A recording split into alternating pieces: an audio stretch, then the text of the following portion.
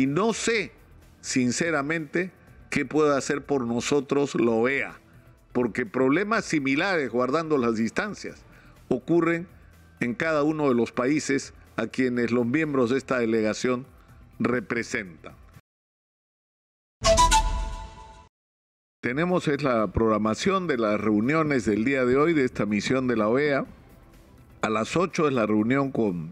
el presidente, como ustedes están viendo y escuchando. A las 10 será la reunión con el presidente del Congreso, José Williams. A las 11:30 de la mañana se saldrán del Palacio Legislativo y tendrán una reunión a las 2:30 de la tarde con Elvia Barrios. Esta reunión estaba programada originalmente a las 12, pero ha sido movida para las 2:30 de la tarde. Y esta reunión con la presidenta de la Corte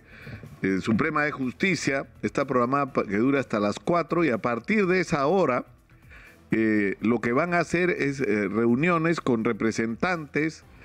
de las diferentes instituciones. Se van a reunir con la fiscal de la Nación, se van a reunir con la Defensoría, la defensora encargada de la Defensoría del Pueblo, y con representantes de diversas instituciones y organizaciones de la sociedad civil. Va a ser en realidad una maratón. Entiendo que hay por lo menos 20 reuniones programadas, pero a diferencia de estas 3 primeras, donde lo que va a ocurrir es una visita de los representantes de la misión de la OEA a los presidentes de los poderes del Estado, es decir, el Ejecutivo, el Legislativo y el Poder Judicial. En todos los otros casos, quienes realizarán la visita serán serán recibidos las delegaciones que han sido convocadas para ser escuchadas.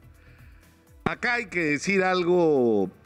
que es relevante, ¿no? O sea, ¿qué posibilidades tiene la OEA de intervenir en una crisis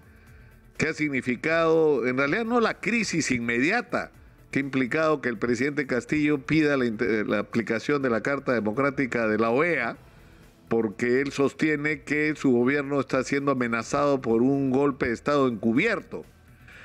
La realidad es que hay una confrontación total entre el Ejecutivo y el Legislativo, donde cada uno ha hecho de su parte para agravar una crisis que ya venía de atrás, porque hemos tenido en poco más de 5 años, o en poco más de 3 años, perdón, 5 presidentes de la República. Ha estado PPK, que renunció para no ser vacado, ha estado Vizcarra, que fue vacado, ha estado Manuel Merino, que tuvo que renunciar, ingresó Francisco Sagasti por el poco tiempo que duró su gobierno de transición, finalmente se instaló Pedro Castillo, pero todo esto ha sido en un tiempo permanente de crisis, que se ha hecho ya insostenible a estas alturas para los ciudadanos, porque esta permanente confrontación ha tenido como una de sus consecuencias el que no se atiendan y no se pongan prioridades a los problemas de los ciudadanos y a las urgencias de los ciudadanos y a las posibilidades de que el Perú se transforme en un país distinto al que es hoy. Y este es nuestro problema. Y esta es nuestra tragedia, porque, como hemos dicho en infinidad de oportunidades, tenemos un gobierno caracterizado por la ineptitud, que no se castiga. En nuestra Constitución no hay mecanismos para que cuando un gobierno no está a la altura de las circunstancias que los ciudadanos exigen, o cuando han traicionado sus promesas electorales y se ha convertido en algo distinto a lo que ofreció ser, no hay mecanismos para modificar esta situación, así como tampoco permite la Constitución actualmente vigente cuando en situaciones como la que estamos viviendo, donde hay evidencias que ha llevado a la fiscal de la Nación a sostener que el presidente de la República sería el líder de una organización criminal enquistada en Palacio de Gobierno, no tenemos constitucionalmente la posibilidad de sacar al presidente, y el único instrumento que queda es el de la vacancia presidencial, que requiere un número de votos que hoy no existe en el Congreso a favor de ese tipo de propuesta. Y tenemos en el otro lado un Congreso de la República que no ahora, desde hace años se caracteriza por su permanente boicot, por su ineficiencia total, por su falta de sensibilidad y contacto con los problemas principales de la sociedad y por haber sido convertidos finalmente en instrumento de quienes no aceptaron los resultados, no solo de esta elección, tampoco aceptaron los resultados de la elección de Pedro Pablo Kuczynski, y eso es lo que ha marcado la conducta, lamentablemente, del Congreso de la República, compuesto sinceramente por aquellos que no son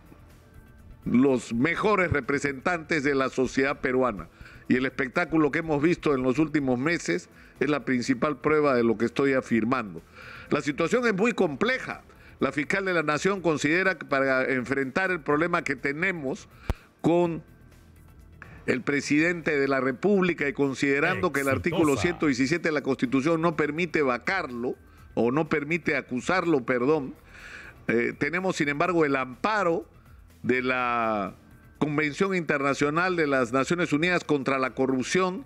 que lo que sostiene es que cuando haya una confrontación entre los mecanismos de protección que puedan tener los altos funcionarios, como el presidente Castillo en este caso, debe prevalecer la lucha por la justicia en contra de la corrupción y que no se debe permitir la impunidad y que hay que buscar los mecanismos desde el punto de vista legal del propio país y constitucionales del propio país para resolver este conflicto a favor de los ciudadanos, no a favor de los funcionarios públicos que están implicados o podrían estar implicados en actos de corrupción. Yo no sé qué es lo que pueda aconsejar la OEA, sinceramente. Yo no sé qué es lo que pueda hacer que los peruanos hace rato por nosotros mismos debimos hacer. Se debió cambiar el artículo 117 y no se hizo. Y eso demuestra las reales intenciones de quienes están detrás de la vacancia de Pedro Castillo, pero quién sabe si no invertirían los papeles si ellos estuvieran en el poder. Porque no nos olvidemos que nuestra otra candidata a las elecciones el año pasado está en medio de un juicio precisamente por corrupción y que está enfrentando la posibilidad de una condena. Por lo tanto, una modificación constitucional de las características que podría permitir el acusar a Pedro Castillo tampoco le convienen a la otra parte en conflicto en este momento. Estamos atrapados en una situación sumamente compleja donde finalmente la gran tragedia para los peruanos es que viene después de todo esto. Cuando esta crisis termine, este capítulo de la crisis termine y Pedro Castillo no sea presidente del Perú y se convoquen a elecciones adelantadas para que se vayan todos, la pregunta es qué es lo que viene después. Y lamentablemente esa respuesta no existe en este momento, porque no tenemos alternativas, porque no tenemos partidos que merezcan el nombre, porque no tenemos liderazgos que generen la confianza en la ciudadanía y porque no vemos quién puede estar a la altura de responder no solamente, insisto, a las urgencias del momento, a las urgencias de la crisis económica y sanitaria, a la necesidad de generar empleo, a la necesidad de atender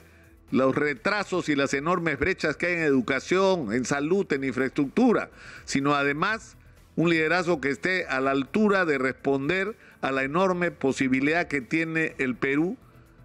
al poseer mineral que el mundo entero necesita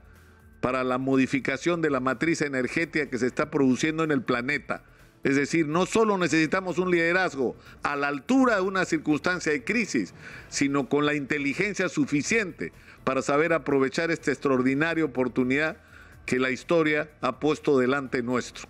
Esa es la situación y no sé, sinceramente, qué puede hacer por nosotros la OEA, porque problemas similares, guardando las distancias, ocurren en cada uno de los países a quienes los miembros de esta delegación representan. Hablemos claro.